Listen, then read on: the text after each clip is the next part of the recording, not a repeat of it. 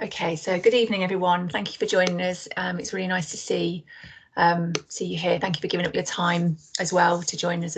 We know how busy the days are, as we've just been discussing. So it's great to see you here. The webinar tonight is about teams in Key Stage 1.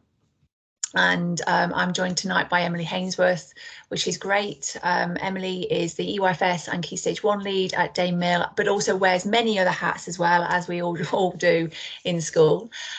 She's here to share her experience of using Teams and to explain how the children enjoy using it too. Emily's going to talk to us about the following points, things like what the children need to know, how we can engage the children to access Teams, why we should use other learning platforms, how to teach lessons in Teams, and also what the benefits are and the difficulties with it too. So it's very realistic, it's a realistic viewpoint on this, because obviously we know in Key Stage 1 the children are younger and need support, so it's a really nice look at this and take on it. I'll also be talking about a few points at the end of Emily's talk as well this evening, but without further ado, I am just going to pass over to Emily now, and if it's okay with you, Emily, let you start presenting. Hello everybody, it's really nice to be doing this. I've never done anything like this before, so I'm really excited, but also a little bit nervous. I'm going to share my screen with you now, just because I put a PowerPoint together just to go through the different areas that Joe mentioned. So if you could let me know if the screen, let's see if I can get the PowerPoint up. Here we go. Has that worked, Joe? Yeah, all good. Can see okay, perfect. Yeah. Obstacle number 1 is complete. So basically, this is the overview of the session. There's the main objectives on the left. So basically, we're just going to be talking about Teams. Like Joe said, I'm predominantly a Key Stage 1 teacher, and I had the joy of teaching online during COVID, and it was a huge journey, but an amazing journey at the same time, with lots of different emotions. So I'm going to go through and talk all about that. If you've got any questions, please, there'll be an opportunity at the end for you to share your questions, but if there's the opportunity, you can put them in the chat bar as well if that features on Joe. So yes, the main objectives, we're going to be thinking about Teams and how actually it's really important to build that independence, especially with the Key Stage 1 children, because as an experienced Key Stage 1 teacher, there are lots of barriers with technology anyway, and there are lots of barriers with independence anyway, despite having to learn online and blended learning. But it's the way our world is going, and the benefits are extensive, and it's a fantastic opportunity for the children to thrive in their education, but also for us to develop so much as a teacher. So I've got some teacher voice as well. So from the perspective of teachers, I've also spoken to some children, and I've got their opinion on Teams and what they like. And although we're predominantly speaking about Key Stage 1, I have included some Key Stage 2 areas and different approaches, just because it might link, depending on the school that you're in and your blended learning approach. It might be more advanced to a different school. Actually, some of the content in the Key Stage 2 might be applicable. And then just kind of like a whole school overview. So I'm just going to explain a little bit about myself, because I think whenever I'm on training, it's really nice to know who you're speaking to or who you're listening to, really. So as I've mentioned, and as Joe's mentioned, I'm primarily a Key Stage 1 teacher. So I've taught 3 years in Year 1, 3 years in Year 2, and now I'm in Year 3, so it's very close to Key Stage 1, and my heart's still there, and it's a great learning curve for me as well, moving out of my comfort zone. I'm preschool, EYFS and Key Stage 1 coordinator, and I have been that for about 3 or 4 years now, which is really exciting, and I absolutely love it. I'm also the English lead within the school with a specialism in writing, so that's what I monitor. I'm in the senior leadership team and deputy for one day as of this year, which is really exciting, and also another learning curve for me. And also I do a lot of work with the trainee students, so the skip students. So I'm an early career lead this year, so I do that for 2 days. So that's just a little overview about me, and let's move on. So this is kind of our case study of our school. So I'm at Danemill Primary School, based in Enderby, and this is kind of where we ended up at the end of the second lockdown. So I've put this in near the front just to kind of show you how far we've actually come, and how, just to make you understand that this is achievable. So during the January lockdown this time last year, even though this was called upon us at 8 o'clock on the Monday evening or the Tuesday evening, we were delivering this kind of standard of lessons the following days after, and that is basically because we had lots of CPD, and during the first lockdown we worked really hard. This was not our starting point at all, but this is kind of where we ended, and in the end we had 90,000 hours of engagement and meetings via Teams. We had whole school CPD. We taught 3 live lessons per day to the children, ensuring that they were the core lessons and ensuring that they replicated the classroom scenario as much as possible, and I'll move on to talk about that later. We had weekly social calls for the children, which enabled them not just to be on Teams learning in the classroom environment, but actually just so they could chat with their friends, because that equally is so important, thinking about children's well-being, especially during that time. If you can see on the bottom right, we led interventions. So interventions that we would lead in school, we ensured that the children were still receiving those interventions at home. And obviously this took a lot of brain work to kind of understand and implement, but every time we achieved something, we moved on to the next, which was fantastic. The support staff tailored an intervention system, so it was meeting the needs of the specific children, and parents were really pleased with the home learning and how we progressed from the first lockdown to the second lockdown, where it was amazing, the progress that we managed to do. But this is the journey, and it wasn't all plain sailing, far from it, like not at all. And the emotions that I know I personally went through, but lots of my friends who were teachers and lots of the Danemill team, it's been a long journey. So the case study that I was able to show you just then, that's not how we started. And as you can see, I've put lots of emotions at the bottom, because that kind of replicates how I felt during this time. So the rumoured lockdowns, everyone was a bit, I can say easily myself, I was naive. I didn't really know to what extent it would affect school, because it came out of the blue, it was random. But I just remember the final day in the classroom when the parents were bringing in the children, and the parents were crying because their child would not be coming back to school. And I was crying because I love my job, it's amazing. And I love it so much, and the children, that we do everything for them, and the fact that actually our lives were going to be turned upside down, it was just unbelievable, really. So the rumoured lockdown, it was the first kind of panic, the worry, and then our emotions changed from being quite like emotional to worried and anxious.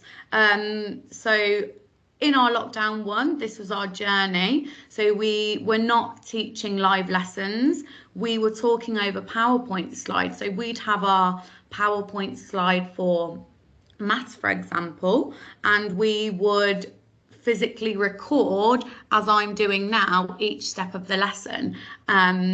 And then this would be uploaded onto Teams, and the parents would be able to then download the PowerPoint and watch it through that. I remember spending hours filming stories and physically making videos to model how to solve column addition, for example, or column subtraction. So that's kind of where our lockdown 1 began, and kind of we focused on that and we stayed on that for the majority of the lockdown. Then in lockdown 2, because we noticed the impact already that this was having on the children's education, things needed to change. If this was going to be a more permanent approach to teaching because of COVID, and whoever knows, touch wood, hopefully nothing else, but in the future, what might happen, just to prepare us. So within that, it was a day's notice. We found out at 8 p.m. in the evening, and we were able to then create live lessons where I would be here teaching, like hello to EH, and all of the children would be online too. There were lots of different procedures for that, such as safeguarding things you had to be mindful of, making sure that the Teams call had the correct settings so that we could record, making sure we had permissions off the different children. But actually, after that initial first live lesson day, I remember my first live lesson, and my teaching partner, he was an NQT at the time, bless him, an early career teacher, and he supported me so much because I'm quite old school really. I love my visualizer, I love my paper and pen, so my confidence was very low, it wasn't very high. So my anxiety before teaching my first lesson online was unbelievable. I could feel my heart beating out of my chest. But then after doing it for a day or two, it was the best feeling ever, because I feel like my subject knowledge, my professional development had enhanced by 1,000,000 times what it was before. And I think it's just that uncertainty, that comfort zone. We'd never done it before, so obviously we were going to have unsure feelings, but it was a great opportunity. And as the weeks kind of went on, our practice developed more and more and more. And actually, I think it's really underestimated across the whole of the world, really, especially when online learning has taken place. I think it's really underestimated the journey that teachers have been on, and actually the in the moment subject knowledge and CPD that has had to be done instantly to actually accommodate this kind of learning. So it has been a journey, and it's still a journey that we're on now. So my final emotion is kind of the worried face, or a bit of an unsure face, because still currently, number 4, currently, we're constantly trying to move forward with blended learning, because we've managed to achieve so much within the lockdown period. It would be a shame to completely revert. So we're still, as a school, trying to move forward and forward and forward with different things like Flipgrid, Minecraft, Kahoot, Blockit, Sway, OneNote, all of these different things. But then when the blended learning leads mention it, it's that initial panic, because we don't know what to do again. So it's just all of that, having a really tight relationship and having that CPD available, because then, for example, the blended learning leads will show me something, or I had the luxury of going to see a lesson yesterday, somebody who I observe weekly teaching a lesson which included Kahoot. So that lesson I was being able to observe somebody, but also learn myself about the different features of the online world that we can incorporate. So our journey is still currently progressing, as I'm sure all of yours is. And I think despite your feelings of worried and nervous, you will feel amazing about it at some point, because I did, and every teacher in this school has, because we've been doing things that we've never really done before. So we should just actually be really proud of ourselves and take credit for a huge journey really in our career. So what we're going to look at now, we're going to look at the features and functions of teams and different things that you could kind of include and use with the children. So here's a little video. Joe, if you could please let me know if you can't hear the sound. I think I've clicked the correct button for this, but we'll have a look. So this is Mr. Cole. He is the NQT who I was working with last year. So Mr. Cole helped me a lot. We had lots of practices, so I would call him beforehand to practice sharing my screen and things like that, because again, never done it before. We're starting at number 1, but Mr. Cole's just going to talk to you about some of the different features that we use within school. As part of using Teams in school with the children, we have a base on their Teams homepage where they can log in and look at their maths channel. On there they have links to TT Rockstars, and then on the English channel they have links to Spelling Shed.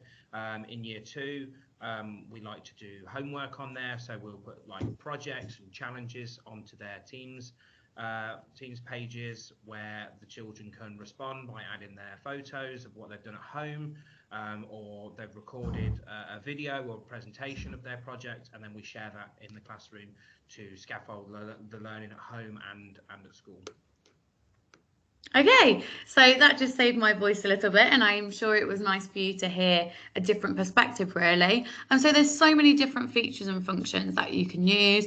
One of the main one is kind of the message page, the general page. You can write lots of different information in there, and it could be reminders, it could be spellings for the week, it could be links that you want the children to access. So you could copy and paste the link into the Teams page, and the children can just click on that instead of going onto Google, typing it in. So it's just different ways to navigate the children around the internet and different things that we could use. You can set assignments in there. So that was something that we did during the lockdown. We set assignments for each lesson. The children could upload their work, and you could write a personalized comment back to them. So it's kind of like marking, but through an online way. There's the chat function, which is being mindful that the children have access. Sometimes in different schools, they are restricted to what they can and can't do. And it's just being mindful just to monitor those pages, because the children, they've got free reign, really. So it's teaching them all about the e-safety as well of being online. As Mr. Cole said, there's the different channels that you can set up. So you can set up maths, English, reading, science, and you can upload different work into that. So for the maths channel, you might put a link to TT Rockstars, or have a go on Numbots. We're all working really hard on this. So that's just a great way to kind of organise your Teams page, because I remember at the beginning of the first lockdown, we didn't really have a structure as such. So our Teams pages easily got very full with lots of different things. So actually the channels really do help to organise that more. You can post announcements. So Year 3 swimming tomorrow, just so that the parents have got access to that as well. There's lots of OneNote things that can happen. So that's an ongoing document which is on there, and you'd be able to go and see the children's work that they do. Folders you can have personalised. So within our school, we've got, for our disadvantaged children, we've got a separate folder for them where we can put in additional non-compulsory work, but just so if they're at home and they want to do something, it's kind of targeting those specific children. Or you might have a greater depth group in there for maths or something like that. The calendar's there. It's always great for organising, easy to get on different Teams calls. With the files, you can organise that yourself as well and put different resources for parents and children to access at home. And then insights, that's a really interesting one actually.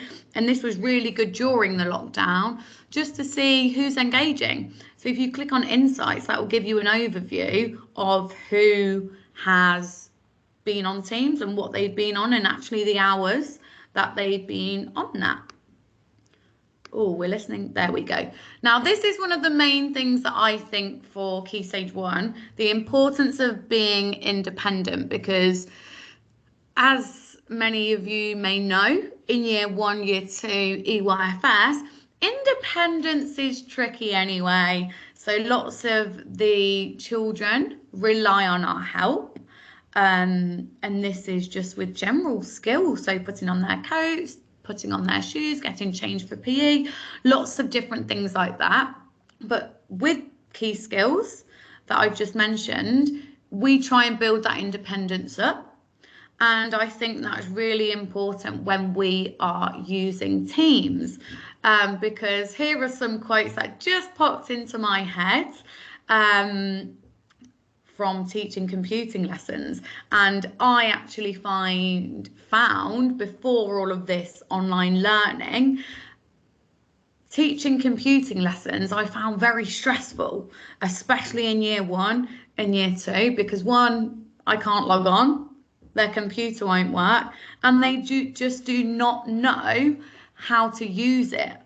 And when you've got 30 children, very young children, aged like 5 to 7, even younger, saying that their computer won't work or they can't log on, actually so much learning time is wasted, and the demand on you as a teacher, it's very overwhelming. It can be quite stressful because you feel actually the lesson isn't working, but it's not that it's not working, it's just because we've not had time to move on to what we're going to teach, because the children are still focusing on those basic skills. So what I found really helpful, and I did this before lockdown, and I do it regularly within the timetable, is just modelling what we want the children to do. So with the teams, I would plug in a child's laptop, and so they could see the screen. So it's on my big screen within my classroom, and all of the children would have their laptop with them, and we would go step by step to look at different things. So if I wanted them to find out where an assignment was, like what we would do in maths, if we're modelling column subtraction, I would model specifically how to get to the assignment or how to get to the maths channel, just so that this builds upon their skills and that they have that understanding. So if their parents have never used Teams before, they can kind of educate them as well. And it's over learning that skill. So it might seem repetitive, and it might seem a bit tedious at times, but actually it will improve the pace of the lessons. The children's skills will improve significantly quite quickly.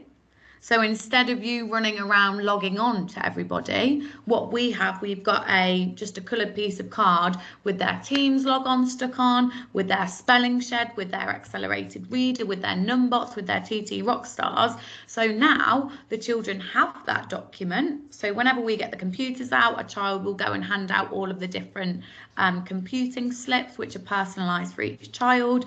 And they will be able to do that. Now, some children might take longer than others, and some children you might still log on depending on their needs. But the majority, it's building upon that independence, and your first few lessons might take a while. And sometimes, especially in year 1, all you might do is achieve logging on, but that's okay, because actually they're learning a lot then. So I think that's really, really important to embed within your timetable. So you could upload a link onto your general channel, and then you could model how to find that. So they've all got their computers, and you might be going on hit the button, for example. So they might then log on to Teams as you're doing it and then click on that link. So it's all of those different skills. And different peers can support each other as well. So I just think that is one of the key things that I have taken from lockdown, is independence is key, because we constantly get the quotes in the speech bubbles at least probably 100 times per computing lesson. So actually teaching them will really benefit them and yourself. So our Key Stage 1 approach, it was really good. We were able to acquire 47 laptops for our Key Stage 1 children, so that they had access to a laptop each, and in Key Stage 2 they have that. And then we ensure that lessons are included on the timetable about how to use Teams. So this is alongside our normal computing session, which is live at the moment, which is absolutely fantastic. But we also have different timetabled slots where the children are using Teams and are using the internet and computers, because it's so important. And that just might be at the end of the day or straight away from lunchtime. They know to get their laptop out. And the more we do this, the quicker the children will become. The Key Stage 1 approach, we try to post as much as possible just for parental communication, and I'll come on to that a little bit later. As mentioned before, accessing other learning platforms via Teams, so uploading a Kahoot link or uploading a Times Table Rockstars link or a Numbots link. So that's how at the moment we are trying to use Teams to still teach despite not being in a lockdown. And one of the main things, as mentioned before, practicing the basic IT skills, learning their login, finding out where the keys are, knowing how to delete. We teach them where the keys are, but do they know what the delete button looks like? Do they know where the space bar is or the enter? And then also we've created some opportunities for extended learning challenges. So a maths greater depth group and different things like that are on our Key Stage 1 timetable. So that's really good. So we're trying to blend in our normal school day, but with blended learning, and that's how we're moving forward with that.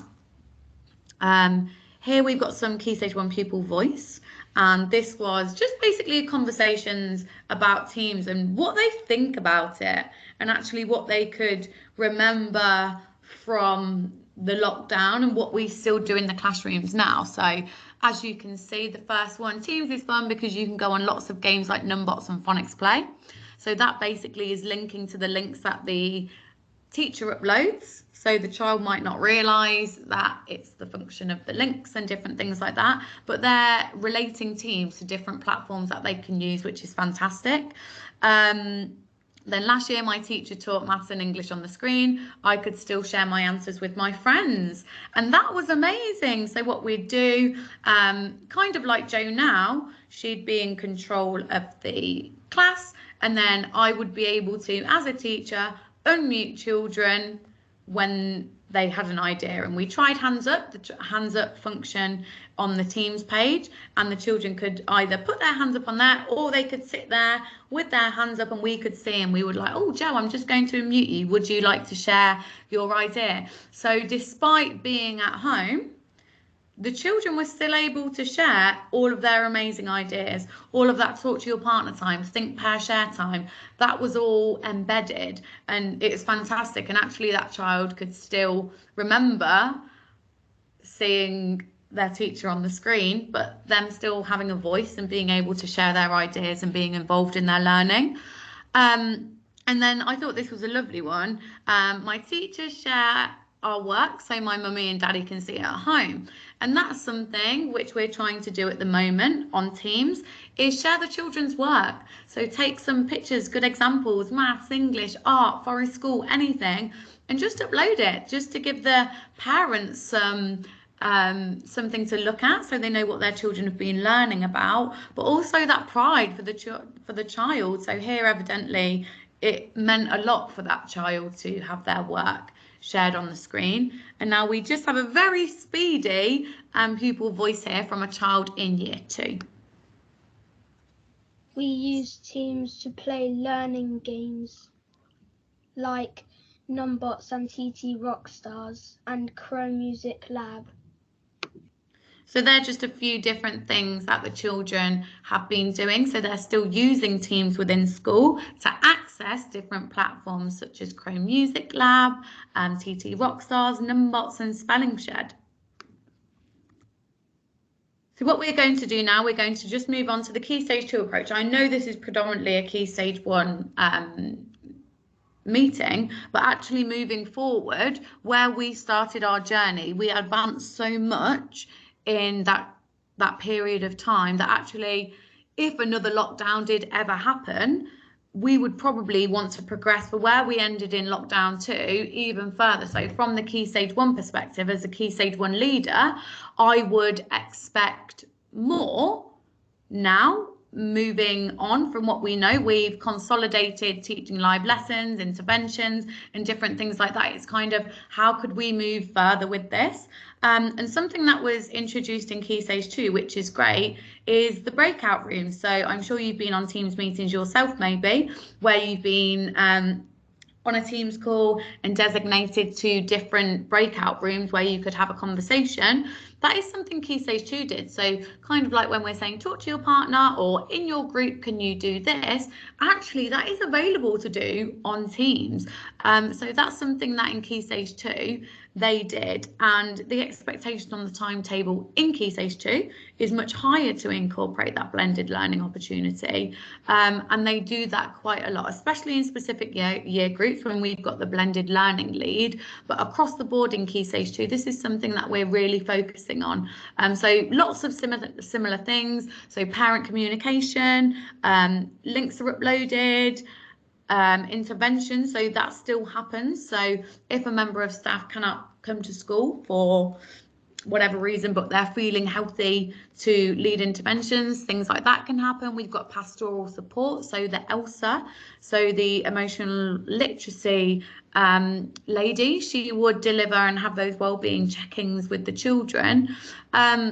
And lots of lessons incorporate the usage of Teams, but it'd be for different things. So OneNote integration. So that's something that hasn't yet been introduced in Key Stage 1, and it's something that we're looking forward to doing. But actually OneNote integration, naturally, I think it's year 5, they do not do any of their topic work, their foundation subjects, in a book. It's all online. So actually it's kind of using all of this amazing technology, because all of our schools have spent lots of money in providing us with the correct equipment and providing children with the correct equipment. It would be a waste not to use it. And our 21st century, our world each day is becoming more technology based, so we kind of have to match our curriculum to that, even though initially it is a very daunting thing. So we do lots of across the school communication in Key Stage 2, so the classes can call each other, and we could have debates in English, for example, across different classes. So there's lots of different things, but mainly the OneNote, which is different in Key Stage 2. And this is just Key Stage 2 pupil voice, and you can kind of see from the responses the complexity. Obviously the children are older, but actually what the children can remember and what they access from their experience of online learning. So my teacher puts links on Teams that we have to access in the lesson. It makes it quicker. During the lockdown, I could speak to my friends over Teams in our social calls and during the chat function in Playground. So Playground was a different channel that you could set up where the children were able to just have that space where it didn't link to any learning, where the children could have those communications with their friends, which is really, really important because of the social side of everything. But like I said, just be mindful of monitoring it just in case there are any messages that might not necessarily be appropriate. And then we can access all of our online portals through Teams, such as Spelling, Shared, TTRS and Accelerated Reader. And this is just a pupil voice, Mr. Hayes interviewing from somebody in year 5. I'm Caleb from 5DH and I'm the online learning champion. So Caleb, can you tell me what Teams is, please? It's kind of like an online learning platform. Fantastic. And what do we use it for in school? Communication and some complete work. Awesome. What was the last piece of work we completed? Geography. What did we do in geography?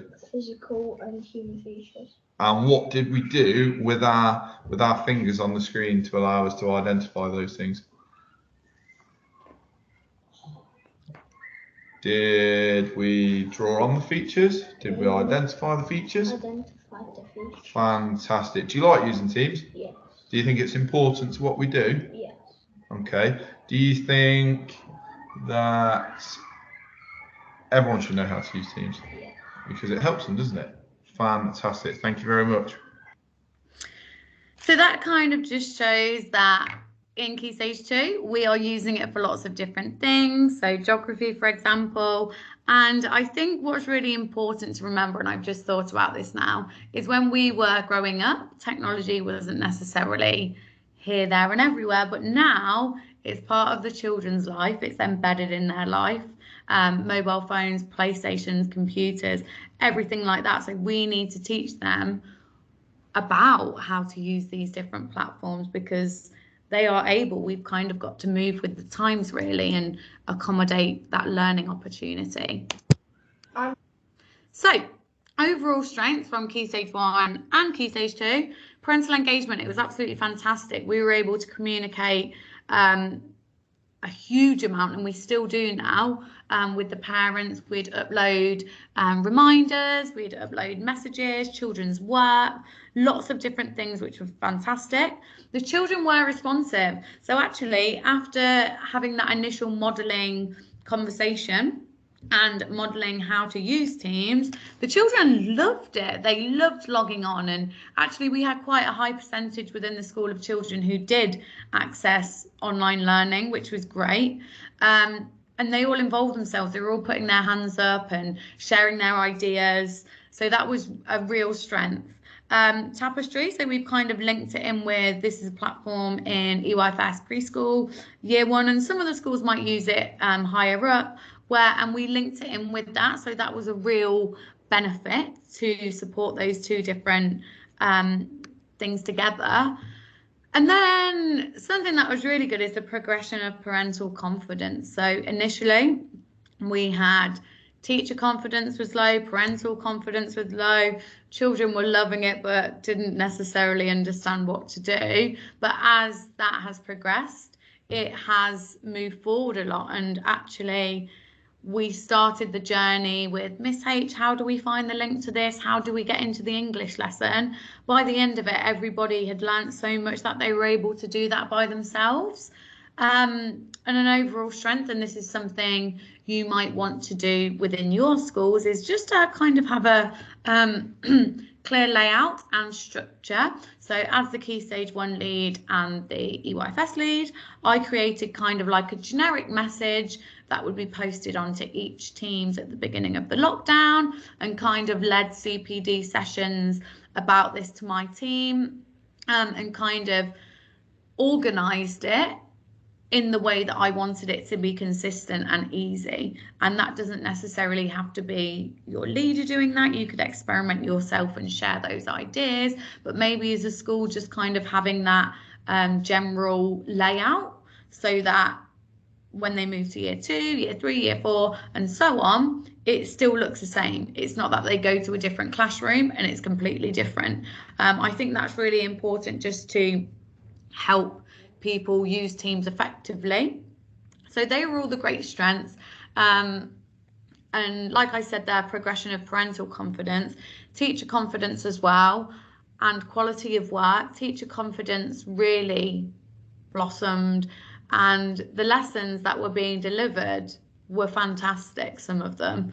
I remember coming off some of the lessons that I taught, and it was absolutely amazing, and I was so proud of myself. I was proud of the children, and the work that they displayed were fantastic. Just little things like writing on the screen at the same time. I might try and do this now just so I can show you. So I would click the pen and I would write a message. So hello, and the children would be able to see that. So if I asked, I don't know, anything really. So who can tell me maybe one of the reasons why a dinosaur became extinct and a child fed back through the hands up, I could actually model their writing on there. So that would be great, and they would find it mind-blowing that actually they could see it like magic ink on there. And there are different things which you would become used to. It's just clicking the laser pointer. So here I can direct children's attention to different things by using that. So actually our skills as teachers increased significantly, and it was fantastic. And it's just something moving forwards that we should continue to do. And obviously there are going to be some difficulties. because this was a huge learning curve. Nobody expected this. Nobody was prepared for this. We didn't have sufficient training beforehand to make us feel confident. Obviously, we've had training and the training was great, but actually we were thrown in at the deep end. We were expected one day we were teaching online. We've never had to do this. And I think that's where ourselves as teachers haven't realised actually how much we managed to do in such a short period of time. So just another quote here. So at the beginning, it was a very difficult and overwhelming process. It seems is something that we have never used before. Confidence increased after each day of using the online platform, and our barriers broke down after training by our blended learning lead. And I can resonate with that. I can definitely emphasize what's being said then. I explained to you about my emotional roller coaster at the beginning, and my teacher confidence on a scale of 1 to 10 was at the bottom. It's 1. My ability wasn't very high either, but then it progressed. I learned, the children learned, the parents learned, and actually the children were great. If I couldn't share the screen because it just wouldn't work, or I'd clicked the wrong button, or I hadn't enabled sound, the children would just wait there patiently and they'd be absolutely fantastic. And just things that we'd do in the classroom if things were not working, it's like, oh, just whilst I'm getting the board to work, can you think of 5 adjectives to describe this dinosaur, or something like that linked to the lesson. So we kind of all adapted and learned lots of new things. So yeah, the difficulties at the beginning were the time restrictions. As mentioned before, 8 o'clock the previous evening, so then teaching online lessons the following day, or to ensure that we had recorded over PowerPoints, which we obviously normally don't do. That was time restrictions. It was quite demanding then. Devices to access Teams. So actually, did we all have Teams on our laptop? Honest answer, I cannot remember, because we've been in this process for 2 years, but I know for certain that the children didn't all have their own login. So actually that was something that the ICT support team had to focus on, and that must have been demanding for them. Lack of ability of myself and the children and the team. Lack of teacher confidence and parental confidence. They didn't know what to do. The parents might have had 4 children at home and working from home. Actually, this was a really demanding time for them, so that was quite difficult. So we just tried lots of different things, communication as much as possible, and just trialing different ways to make things easier for ourselves and the parents. And then let's just see. This is just some teacher voice based on the online learning experience. So why is Teams important? It's an easy communication tool, and it allows those who don't normally access the curriculum the opportunity to do so. That's thinking about our differentiation and the different needs of the children. And then how has Teams changed teaching? The ability to share resources and best practice. And using the technology has vastly decreased our carbon footprint. So that's something, because now in our school, every letter is on Teams and emailed. We have moved away as much as possible from paper copies of anything, because if we've got access to Teams, which we've ensured that every child in our school has, then they will have access to all of that. So we do not need to print off 500 pages across the school for homework per week. It just goes online, which is great. And we are at the stage now where at the moment teachers, where parents are not accessing Teams as much as we'd like, but that's that continuous thing that we need to do, is to promote that further and stick with we are using Teams. So that's just something that will move along as our journey continues. So this is just Mr. Hay, and he's just going to talk to us a little bit about Teams. Hi everybody, I'm today. I'm just going to talk about how we use Teams from a teacher's perspective. So Teams is a really beneficial online learning platform where we use it for communication, collaboration, and to set the children an array of online learning tasks.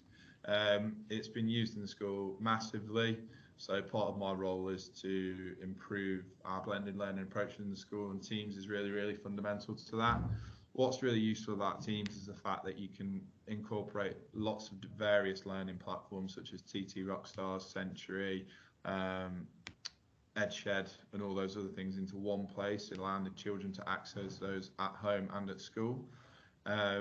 What's really beneficial about Teams as well is the fact that it's an online space, so that means that you're able to upload and save things into one space and multiple people can access it at one time. Another beneficial thing about it is that you can access it via a multitude of devices, so that the multiple devices allow you to access files wherever you are and whenever you may need them. In regards to teaching and using Teams, I use Teams all the time. I use it to communicate with the children in my year group. I also use it as an opportunity to collate resources for the children to use in tasks, such as through Microsoft OneNote. This has been really, really beneficial, and the children are all self-sufficient now in finding that information. It is really beneficial, and it's this key skill for the future that actually I think our children are really, really like making it their own. Thank you very much. So that was Mr. Hay, and it just kind of gave you some more examples of how you could use this within your class. And then just kind of an overall summary, just speaking about parental communication. So these are just examples from my teams at the moment.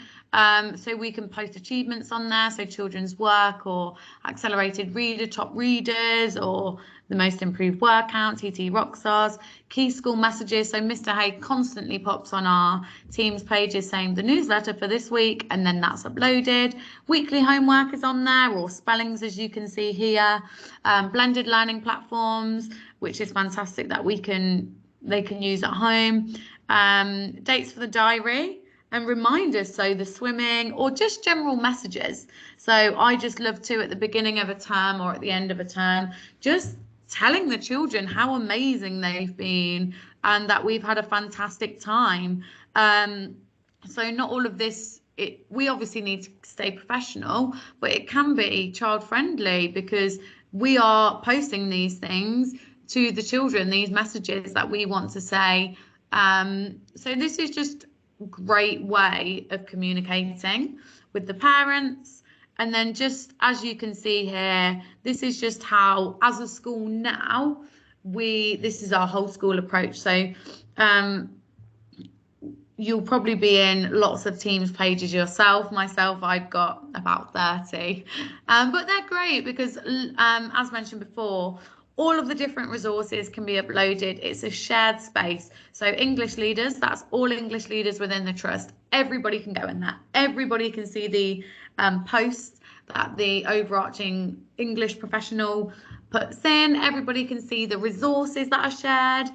Then you've got your Danemill your year group team, so that is with all of the cohort in your year group, and you can post reminders such as on the other page, so reminders, messages, homework, achievements. Then we've got our Danemill staff room, so that is just a Teams page where all of our resources within the school are. So if we have led something, like I'm leading a staff meeting tomorrow, for example, on writing, I will upload that onto Teams so everyone's got instant access. So you're not having to send an email to everybody, attach 1,000 documents, then 2 weeks later people emailing saying, Miss Hainsworth, where's this stuff?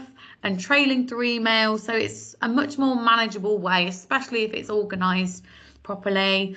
We've started our appraisals on here. So my performance managements and things like that, that would be on there. So I'd keep a log of everything I'm doing, and it's your personal space. We're so lucky at the moment to have art lessons and computing lessons, which are live, and we've got all the resources that are in there. And then also trust-wide, we've got Trust CPD. So there's lots of different Teams pages there, which actually support us in many ways. It helps us be organised and just access lots of different resources. We've moved on to virtual assemblies as well, so obviously we can't all go in the hall at the moment, so we've got somebody leading the assembly through Teams, which is fantastic. And yeah, so it's just great. It's a great platform, and it's not easy to start off with because it's new, but then as you practice, like anything, your confidence will increase and you'll see the benefits improving daily. And that's it from me. So thank you very much. I hope I haven't spoken to you for too long. Does anybody have any questions? I'll stop sharing my screen now, Jo, shall I? Yeah, no, that's great. Thanks, Emily. And that was really good.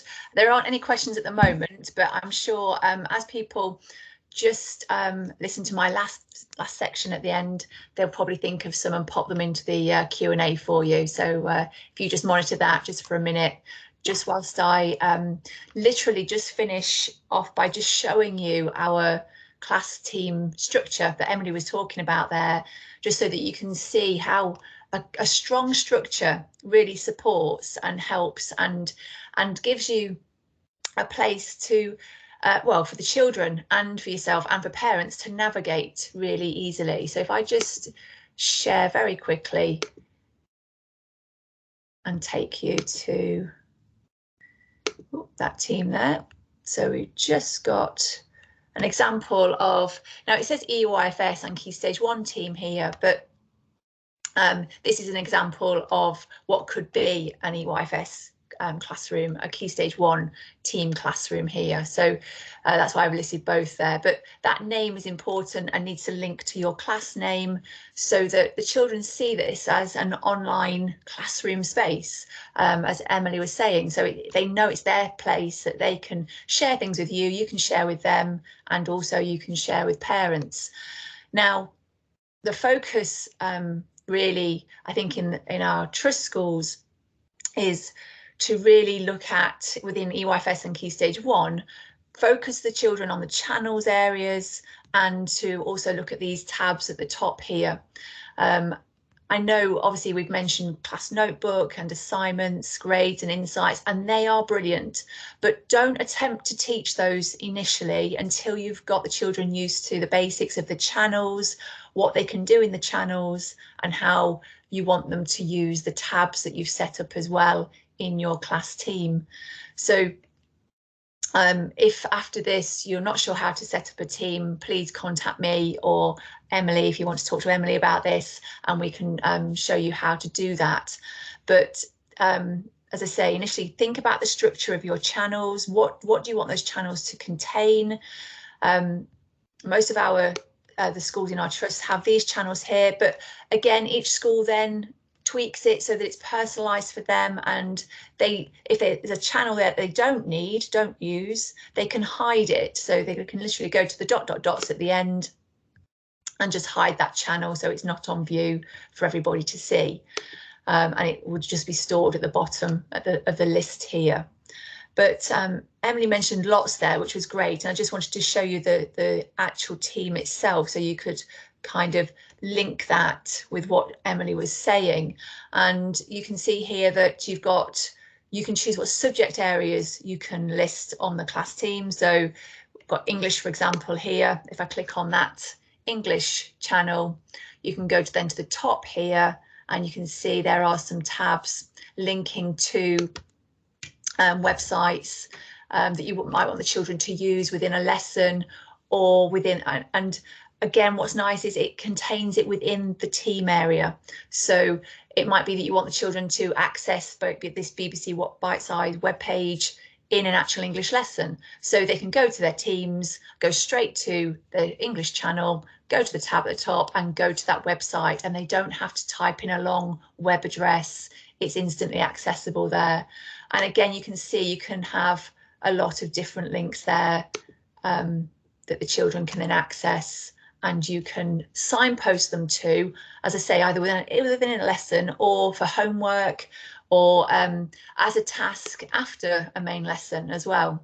So if they know how to log into Teams, you've spent the time showing them how to log in, then you can clearly see that there's lots of benefits then from how you can then use the actual team with them itself in a sort of a classroom structure, and take the time to show them each kind of section and where to find things and how you've added it. Now, if you do want to add tabs and you're not sure how to do it, the little add button here is how you can do that for yourself. You just click on the add button, go to the website icon there in the apps list, and then from the internet, just copy the URL that you want from the internet, paste it into this box here, give it the name that you want it to appear as at the top of the tab, and then click save, and it will appear, as you can see, just these appear here. So it's a really easy process.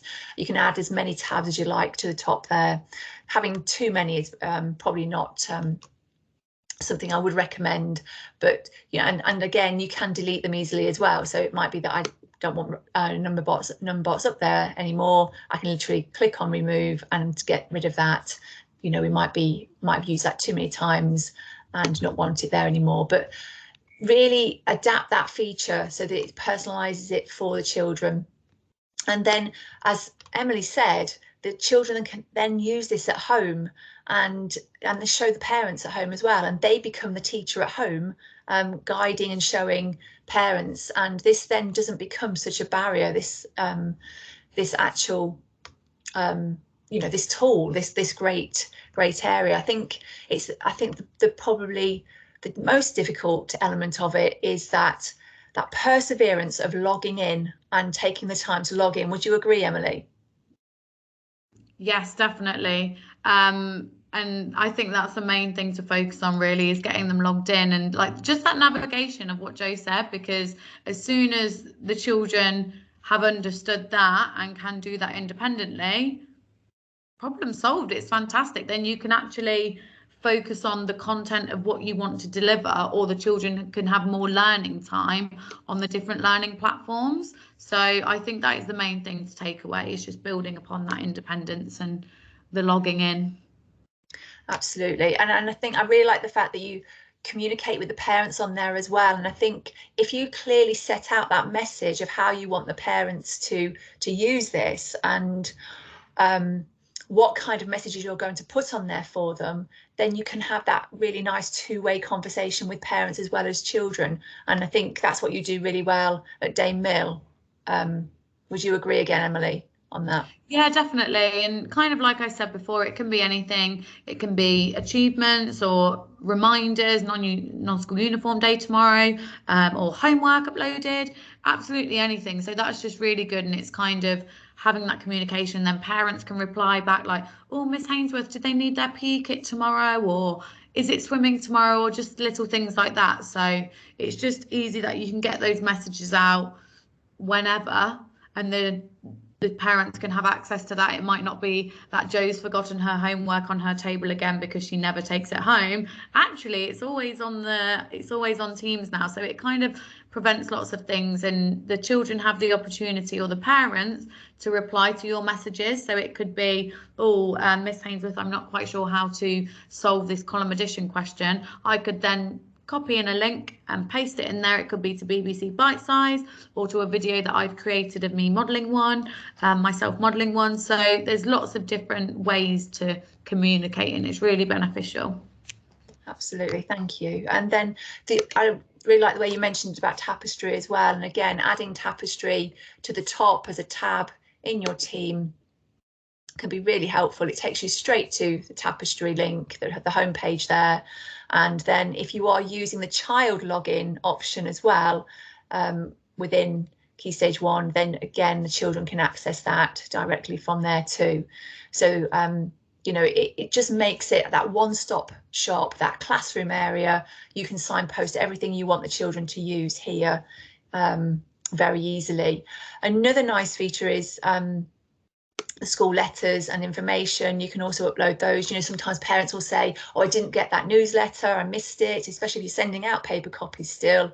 Again, you can upload them here and the parents have got access to them. So, everything that Emily mentioned there, I just wanted to sort of show you very quickly on the site. I think the other one I'd just like to point out is the assignments. Again, really simple, easy assignments you could send out. And again, keep it all simple. Build this up gradually, as Emily was saying. Take your time, start with the login, really embed that well, and then move on to channels, to the tabs, and then finally build in possibly assignments so that you can create assignments with the children, little tasks they could do in the lesson, really then giving them those digital skills those basic skills they can use, and then also then take up to Key Stage 2 with them as well, so that they're ready to really, you know, get used to using Teams and using it very efficiently. So I just wanted to, as I say, just to show you that. And if you've got any questions about that, about Teams there, please let me know. The other thing I did want to just point out as well, how easy it is to add a Kahoot link, a Kahoot quiz, or a Flipgrid link as well. So the children just can click on that and it takes them straight to that quiz there, and they can start playing pretty much straight away once they've added their nickname there. So, you know, it's just it's very, very easy and very versatile to use. But as we know, in Key Stage 1 and EYFS, it takes a while to actually just help the children and support them with that process there. Before I do come off of this though, just to finish with, I just wanted to also show you, just remind myself, if any of you have joined this webinar this evening and you're not part of our trust, please, if you want to know more, please sign up to the EdTech Demonstrator Programme. They've got lots of buttons on here now. The button that you really want to click for some support is the request long-term support. You don't have to have long-term support. You can have as little as 6 hours support if you want to, or up to 30 hours of support, but that's the website you can go to. And you can also find quite a lot of information on our Trust website too. If I just take you to the ICT for Schools there, you can find information about the demonstrator programme there too, as well as VR headset days and other opportunities as well. So I just wanted to just point those out to you, just in case you hadn't seen those. Another option that's out there too are our blended learning open days. 5 of our schools have set some dates in February so that you can come in and observe and look at what blended learning looks like in the classroom, how people are using technology, what that looks like, and get some great ideas to take back into your school. So if you are interested in that blended learning open day, please go onto the website and sign up to that as well if you're interested.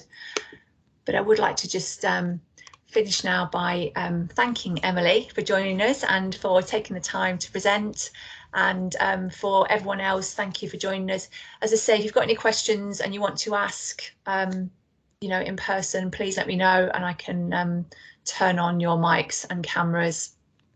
The next webinar is on Thursday this week, and it's looking at the class notebook and OneNote. So again, if you're interested, that's this Thursday, and we joined by Afshadeen for that one. So thanks again, Emily, and thanks everyone for attending. Thank you. Thank you.